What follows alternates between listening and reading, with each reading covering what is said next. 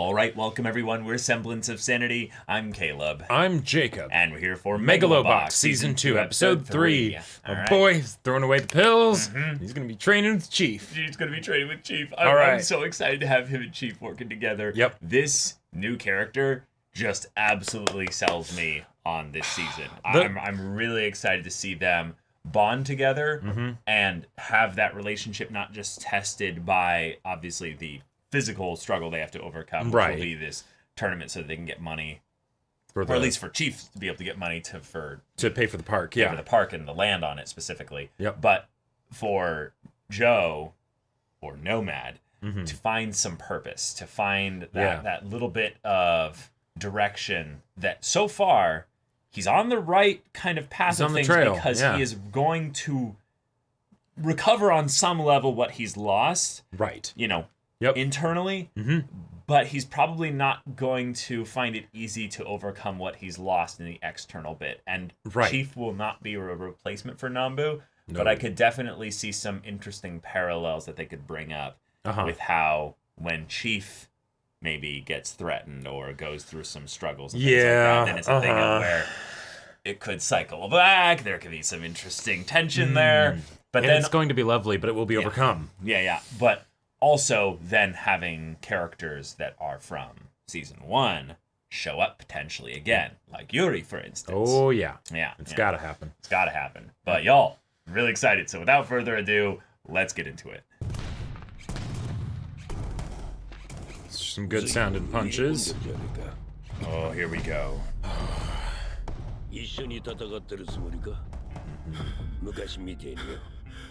Oh.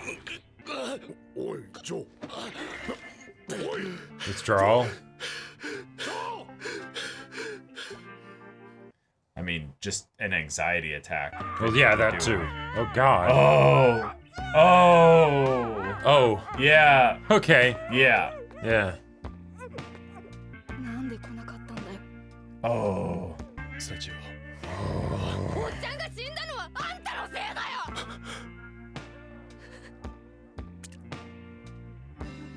That'll traumatize you. Oh yeah, we definitely have to see Sachio again now. Yeah. Oh shit. Okay. So why is it Joe's fault though? Like, well, apparently he wasn't there. He wasn't there. Yeah, but even then. Yeah. Right. Like, it's probably something where he had the opportunity to be there and he actively chose not to be or something, even though he didn't realize how big of a deal it would be or something. But see, like, what kind of death could he actually stop from happening to Nambu? If someone physically came after him or something. Yeah, but like, why would... Right, but see where the logic falls apart is, like, eventually you come to the point where who would have physically come after him after he had dealt with the mob, though? Yeah. See, it feels to me like it was more of a thing of where Nambu had to be, like, on a decline himself. Sure. And then it had to be more of a relationship thing of, oh, because you left him or something. Right. Yeah. Like if it was... Like what happened with Aragaki, you know? Sure. Yeah, like... Joe prioritized, say, boxing over being with Nambu or something, and then he died while he wasn't there. Sure. Yeah.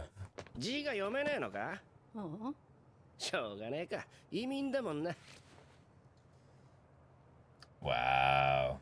Okay. Assholes. Oh,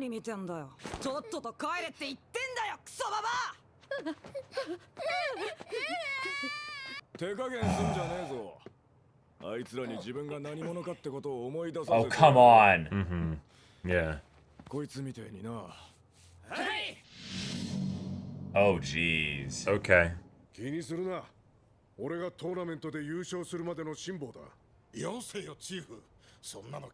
Yeah, it's kind of scary, like... Oh. Because that's what Hikawa really wants.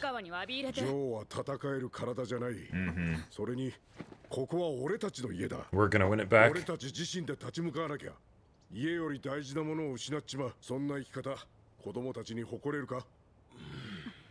Damn. Yeah, he definitely has that big Thor's energy, you know?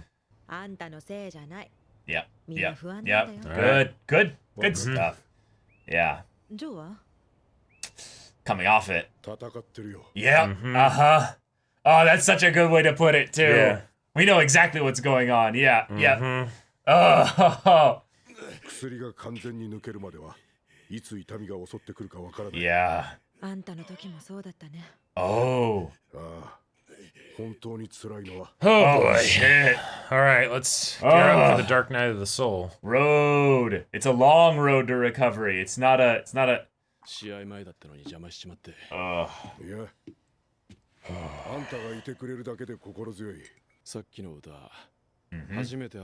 That he was. あなたが帰る場所はここです。私はここにいます。死者の魂に呼びかける故郷の歌だ。 Oh God. It's just. 帰る場所をなくした魂はいつまでも地上を Why show? It fits for him. It fits for Nambu. It fits for his friends that he lost. It fits for Chief. Yeah. Probably. Yeah. It's probably going to be used when like something even worse happens at the end of this season. Yeah. 息子が死んだ時、そう思った。Yeah, here we go. ここが息子の俺の帰る場所だ。誰にも奪わせやしない。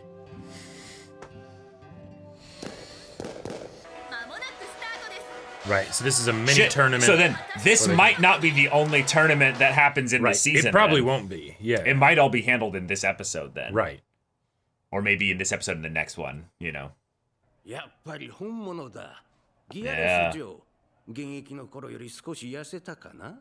No, he's just standing next to Chief, you know. You're right.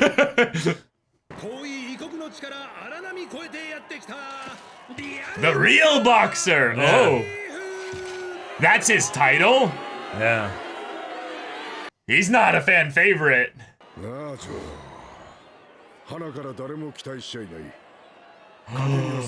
Hey. Is he betting on himself? I think so. Or maybe he's not able to. The winnings probably aren't he might not enough have on their much own. money. I mean, Chief did have that big set of savings. Yeah. And they do kind of have to go for broke in order to get the park. Yep. He's thinking about all three matches. Come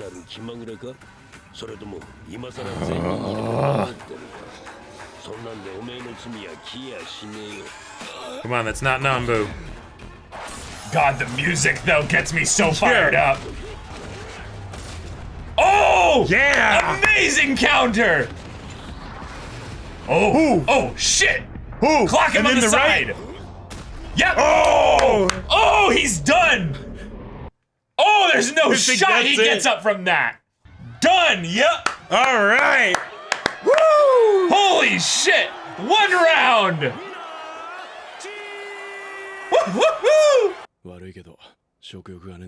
Yeah, food probably tastes awful right now. Well, he might not be able to keep it down. Yeah, exactly. Right. What about honey in the tea? Yep. Well, very soothing. Wait, the tournament's over? Maybe? Or was that just... Oh, just the previous match, not the one last match. match. Gotcha. It's like over a 3-day weekend or something, probably. Let's get his family stuff here. Yeah.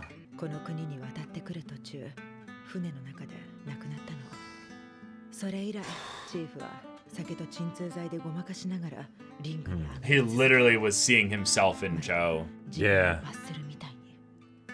Yeah. Wow.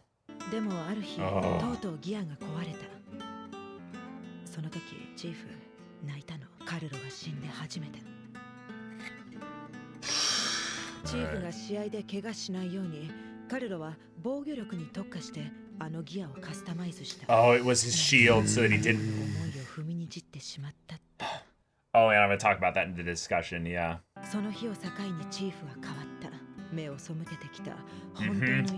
Yep, exactly, yep. Embracing it, accepting it. Yeah. Yeah, he's faced his true fears and his true pain, yeah. Oh, I'm so emotionally attached to Chief already. It's episode 3. I know. Oh. That's sweet. Oh, they were... Shit. Yeah. Oh, God. Puking his guts out.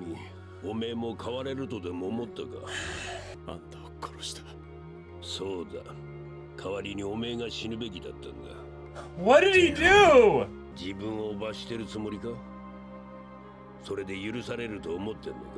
Oh. Yeah, thank you. Okay. Yeah.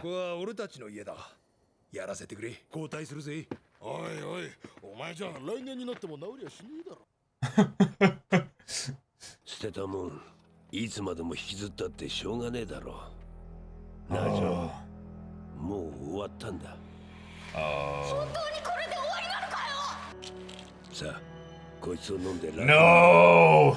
No! Come on, buddy!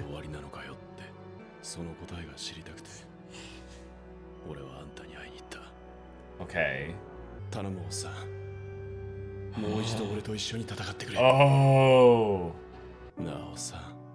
覚えてるか、とっくの昔に消えたと思ってた小さな明かりがまだ消えずに残ってたんだ。確かめてんだよ。そいつがただの幻なのか。もう一度俺と一緒に戦ってくれ。Okay.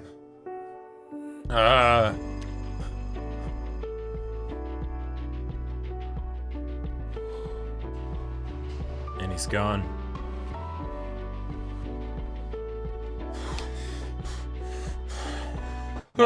Showing through the shadow. It's all an illusion. Oh shit. So it begins. And the episode there. Oh no, another fight. Okay. Come on. He's probably tired from staying up all night. Oh no. He's slow. Yeah. Shit. Oh no. Oh! 俺とやった試合覚えてるか。もちろんだ。あん時あんたは大して効いてねえ俺のパンチで倒れてみせた。一か八かだ。Oh, try that? Pretend to go down and then get him? パンチが効く距離はわずかこの10センチ。これより近すぎても遠すぎても威力は半減する。Whoa! その距離を見極める目がある。Gotcha, because he knew how to fake going down. Alright. Yeah, get that Oscar! Make him think you're weak. Yeah. That way he gets sloppy. Yeah. Whoa! He's gone! Uppercut! Get him! Alright! Yeah, engage those! Oh! Oh, a body blow! Oh, his kidney is feeling it! Nice! Hell yeah! Woo! Oh no, are they gonna try and fix the next fight? It's gonna be fine. Oh my god. You're kidding me! Holy shit! なんだよそれ。何しようとしたの？お前どっちだよ。一緒にやるよな。仲間な。やっぱこいつただ Take it, light it, and then bust it over the box of them that they have.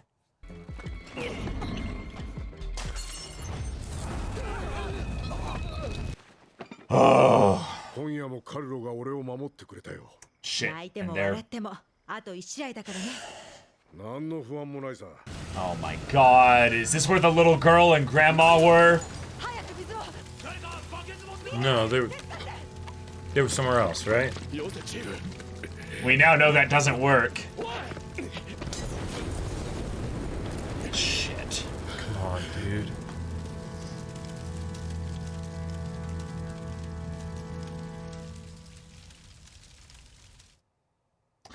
Yeah. And that's where we end it. That's where we end it. Of course. Holy shit.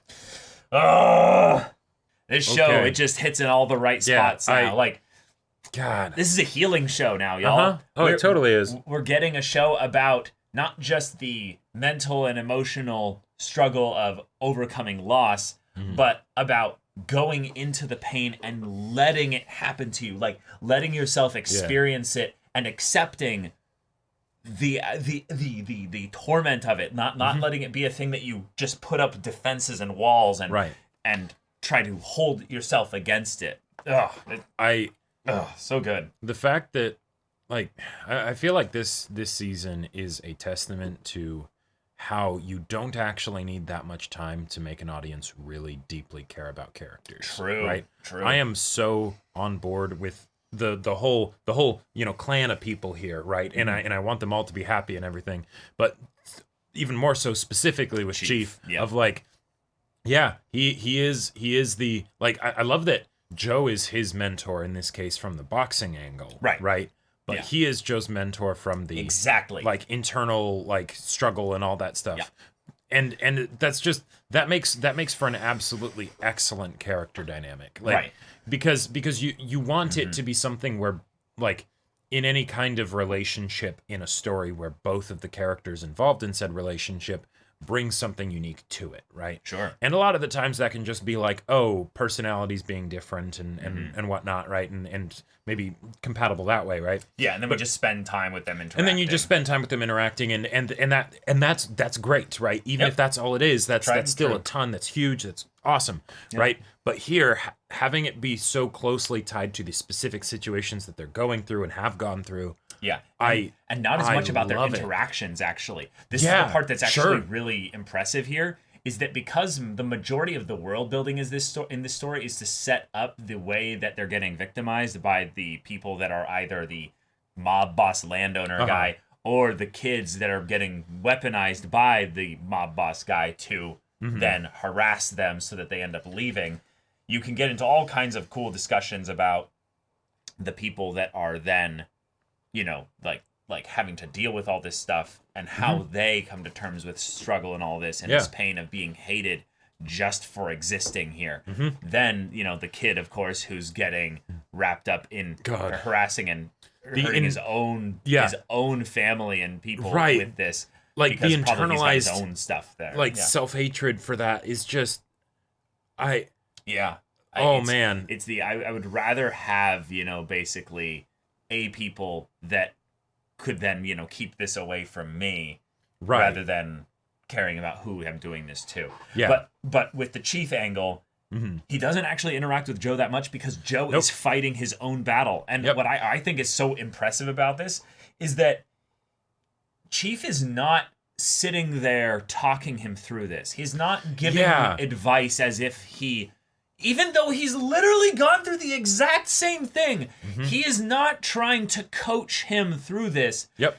He has dealt with this so much that it's all he can do to stay fighting for a future rather than to overcome his past. So while Joe overcomes his past, he's like, he's over there. Right. He's fighting his own battle right now. When there is a way that I can help, I will, you know, but right now it's his battle. And and I like cuz usually when I think about like characters that would like be able to help each other a lot with like, you know, struggles or have that great dynamic, I would usually think about the dialogue, right? Yeah. You know, and if you had one character that was like super withdrawn or stoic or whatever, you'd have the other character that would kind of act as the like the sounding, or not the sounding board, but they would be the sounding board for like the stuff that they would poke them with, right? You know, to kind of get that rise out of them, so that way we, the audience, would be able to see in detail the depth of the feeling that is there that they intentionally have as it rises up to the surface because they are motivated in keeping it bottled up, right? Yep. But with the way that this is handled,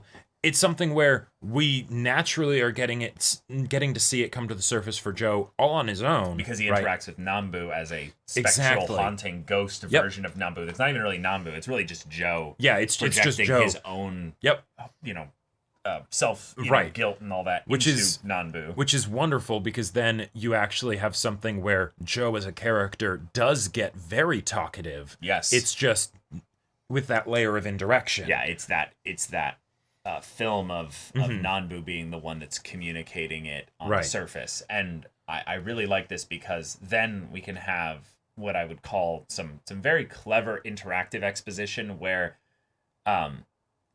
what's the mechanic girl's name? I don't know if we have her name listed here, but basically she talks about Chief's experience and stuff. The stuff that he has gone through. We knew essentially that he lost his wife and kid. Like, we had seen the picture and we knew exactly what that was referring to. Right. But now we have it, spoken to us in the direct way because it interacts perfectly with the experience that Joe is going through right now as he is forced to remember and have it brought up to us, the audience, interactive exposition, things that we didn't get in the 5 years that were in between season 1 and 2. So now we know not only the stuff about Joe, we know the stuff about Chief, and can then connect those two together and see how their struggle is similar, how they're actually more alike than not alike.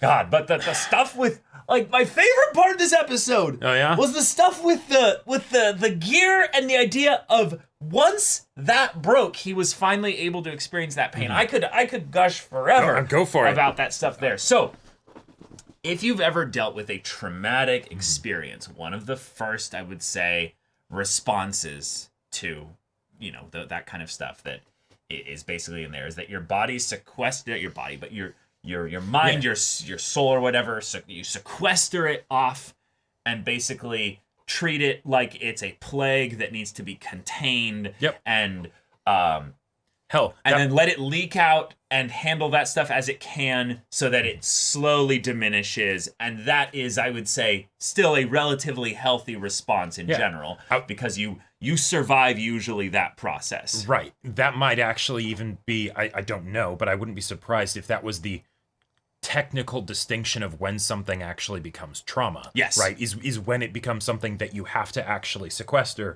because you can't deal with it in the moment and then it lingers, right? Yeah. And the idea is that it's not a bad thing that it lingers. Yeah, that's what you needed to do back then. To survive. Right. But eventually, you need to break the dam, you need to pop the pimple, you need to open Pandora's box and deal with it. And let that nasty, sick pus just leak out, and you carve that stuff off. You lance the thing, you carve out the gunk that's been festering in there, and it's gross, it's disgusting, it's painful. It's not something that happens like a switch. It's not a fast thing either, no. Because sometimes you find that the wound that was still underneath the surface is still infected. It is still festering with problems and stuff, and you need to retreat it. And sometimes that means you need to close it back up again. And wait again. Layer at a time. And do it layer by layer. And it is a slow, arduous process. But in order to actually move through it, in order to break the cycle, in order to end the trauma, because you're not really going to remove the sore spot. That's going to be there potentially forever. But the thing that could actually kill you eventually, the part that could, make null the survival efforts that you made earlier, does need to be addressed, and it can actually be overcome. But the fact that Chief, who lost not just his wife, but also his kid, and not at the same time where it can be this one process. He experienced time with just his son and needed to figure out a way to be a dad in the midst of that. And that's it just works so well as the flip on what Joe's going through, and that his surrogate father figure was the one that he lost there. And then essentially he had that time probably with Sachio, where he had to deal with the fact that this young boy, his little brother, essentially. Tell me it won't end like this. Yeah, exactly. But no, it did end like that. Right. Yeah, and just the idea that the idea of the dad, that is taking care of his kid, right? And then he goes and he does he fights in the ring as a way to provide, right? Like that very much feels like Daredevil or something like that. Like that it wasn't even Chief, really. Yeah. Like he barely had like any time with his with his son before his son was dead. Like, well, sure, he was just traveling basically, but right? I don't know, but his son, the fact that his son was helping him with his gear, and specifically trying to that they mentioned that he was trying to up the defensive capabilities basically of the gear, so that his dad would get hurt less. Yes. Well, that's something that's so simple and so small, and is a line that he built it together with his son. Yeah. Right. That could have totally not been in the episode, right? Mm-hmm. Structurally it still would have been basically the same. You still have the pain of the fact that his son was lost, But the idea that no, it was basically the hope that his son had, maybe in a situation where, maybe he even didn't, of okay, yeah, this is, things can get better, right? Mm-hmm. Mom may be gone, but but you're going to be okay, right? I'm going to try and make sure that you're okay. Because I can't imagine what it would be like to be a child who has to watch their parent basically get beaten up regularly to put food on the table. That I don't know what that would do to a kid psychologically. Yeah. But then, oh, hey, no. The kid ends up dying. And then suddenly the gear is the last thing he has to remember him. Mm-hmm. And then because of how he tries to drown the pain out, oh, that one thing that you have to remember, him by, it's taken from you. The one thing that your son tried to give you to help you, oh, well, you run that into the ground. Yeah. This this whole season and the way it's been being handled, I have zero issues with it. Like, beyond zero issues. I love it so much. Like, these characters just feel so rich and alive that I would happily see this go past just the one season, right? Oh, sure. Yeah. Now, because it's the one season, I am very worried about what's going to happen with these characters. We might not have the potential for things to go past the one season, because I'm very worried for Chief's actually likelihood of surviving this season. But God, I want them to. I want to see, Joe or Nomad, really find his new home here. I want to hear that song be played again and again, and not have it need to be because we've lost any of the people that we're seeing here. Yeah, I honestly think that's what's going to happen, is the Chief is going to die at the end of this. Because, and then the ED continues to play that episode and every episode after, and it cuts our hearts out. Yeah. Okay, yeah. So he did design it, specialize in defense, that Chief wouldn't get hurt. The idea, though, that being the thing that was an aspect of maybe his denial that he had experienced this loss, then broke, gives him the ability to then process well, not just the ability to, but he's forced to process it. It comes out, but it's in that he experiences this radical transformation and becomes who he is today. Like the way that the mechanic lady talks about it, like, she basically makes it seem like Chief was a different person before then. And now seeing him here, someone who can sing through the pain. Right. I'm a huge fan of Chief. I love his character, but having him then have this moment where even the gear breaks calls to me to be that point when he sees Gearless Joe as the hero, right? And I think that was him in the flashback in the beginning of the show, like the first episode here. Who was like watching the screen and had like that like breakdown moment, because I think that was basically his thing of where he saw someone embodying that aspect of I will fight without the gear. I will fight with the pain. Right. I will do this in spite of it. And thus showing that I don't need to put these blockers up to protect myself from the pain. The pain, I am better for it. I am, and I will be a real boxer, Sure. Yeah, he definitely could have named himself the real boxer specifically because of Gearless Joe. And he couldn't call himself Gearless because that would be disrespectful to take someone else's name. But he is it is kind of interesting in that the other guy kind of called him a hack. Like, he's never been an actual professional Megalo boxer. Right, that was all part of the show to, drum up sales and bets and things like that. Right, exactly. But then, if that's the case, it's really interesting that he still not only had access to gear that was good that like they made together. Yeah. But then that gear was something that led to them, like, him actually doing this, like, really well. Like, he was actually able to do well enough that he's, he's got his skills now, even though he is older. He's, he managed to destroy the first 2 rounds of the tournament. Granted, the second one, had him on the ropes a bit. And this is a small town. And it's, exactly. Very simple tournament. This is not some final, tournament with Yuri's boxer at the end. Right, yeah. But, but still, even so, he's an old dude, and he's doing pretty great. Hopefully that continues after this whole situation with the fire. Like, I love that the community itself is a character as well. Like, true, yeah. There's the mechanic girl, there's her son, right? But then there's the crowd of people that came to help him with the plumbing issue when they had been blaming him for it, at the beginning and and all that stuff. And I understand that they're stressed and stuff like that, but that was kind of a shitty thing to do. That was totally a shitty thing to do, right? Yeah. And yet they end up being able to come around on that, right? They needed to process their own pain and stuff with it and let it go through them.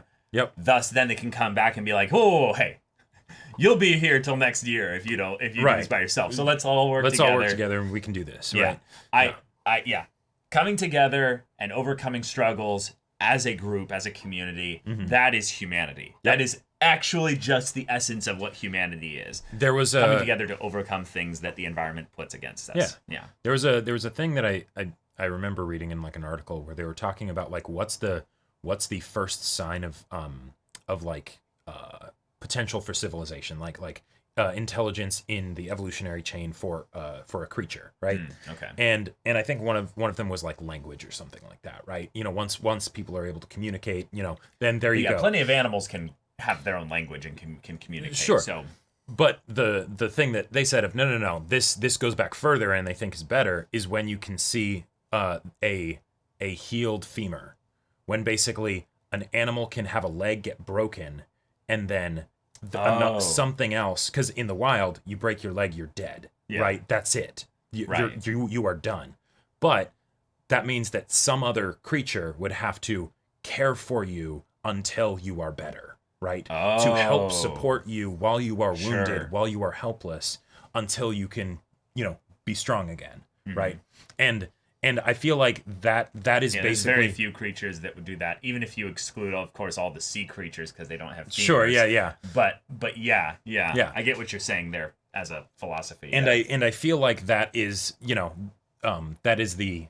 Like, this is a poetic example of that, right? It's, it's not a man broke down, lost everything, and was able to be built back up, not just by his own efforts, but by being in this community. Exactly. And even though it's not like a literal physical like wound or whatever, it's still just as real. And that's one of the reasons why I'm so excited for the son, because I want to see the point where the son basically is like, okay, I also is able to admit, able to cry, able to realize I also am broken. Hopefully it's not after Chief dies or something as a result of like this fire or something like that.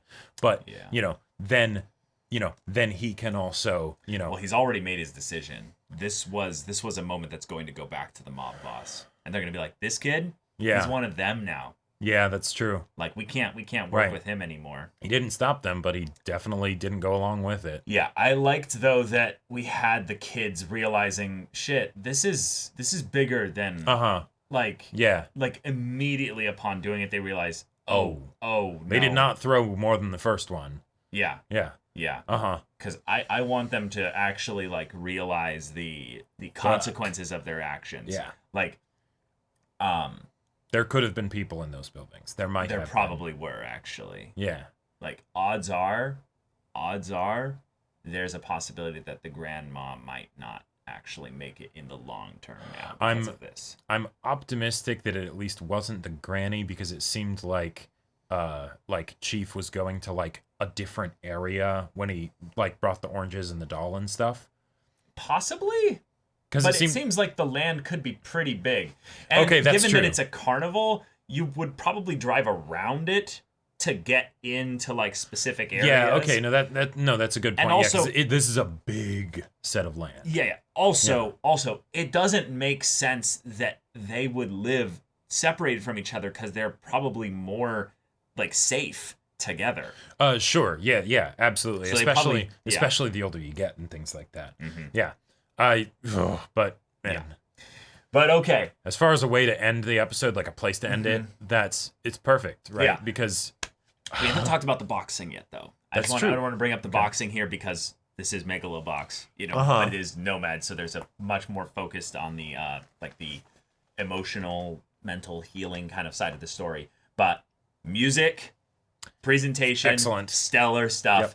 I love that we got 2 quick scraps, and that was it. And it wasn't even like the main lion's share of the episode. No. Yeah. It was fast. Yep. The music just got me excited. The way they were resolved in one was very satisfying. Yep. Yeah. I understood them. They flew by with like lots of speed, but then also showing a little bit of a callback to the part where he threw the fight being something that gives us a tactic that you can exploit against, amateurs, of course. Right. But it being a thing where, okay, he's going to utilize Joe's counter strategy. Yep.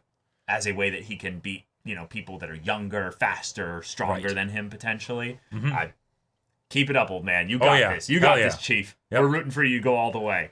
I'm so excited. I really hope though that the mafia guy didn't bet enough money basically that he's going to take drastic action here to make sure that he loses.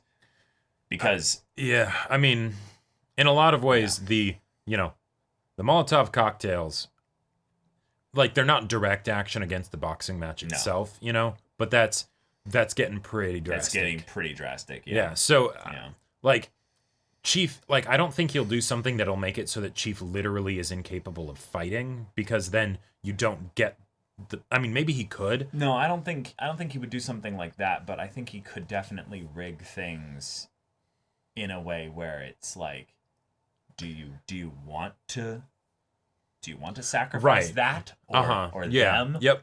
Is it worth that much to you? And then basically do something that's like, hey, I